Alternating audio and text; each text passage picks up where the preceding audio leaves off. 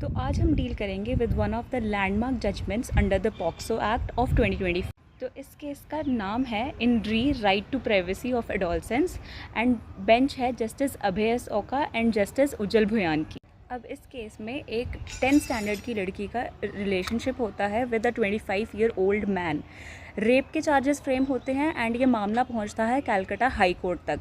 और Calcutta high court इस case में बहुत सारी चीज़ें बोलता है, जिसमें से एक चीज़ बोली जाती है कि लड़कियों को अपनी सेक्सुअल डिज़ायर्स कंट्रोल करने की रिक्वायरमेंट है। And because of this there was a huge hue and cry in all over the country.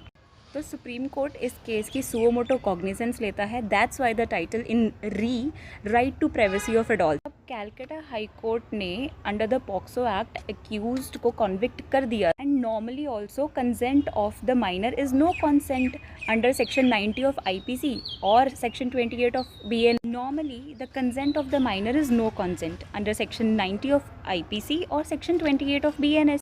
But इस केस में होता क्या है कि जो पॉक्सो विक्टिम होती है वो एक्यूज्ड को मैरी कर जाती। नाउ जो मेजर क्वेश्चन इस केस में था वो था, if POCSO victim marries the accused what will be the impact on the case. So in this case Supreme Court अपनी पावर्स यूज़ करता है under article 142 which is the inherent powers of the Supreme Court to do complete justice.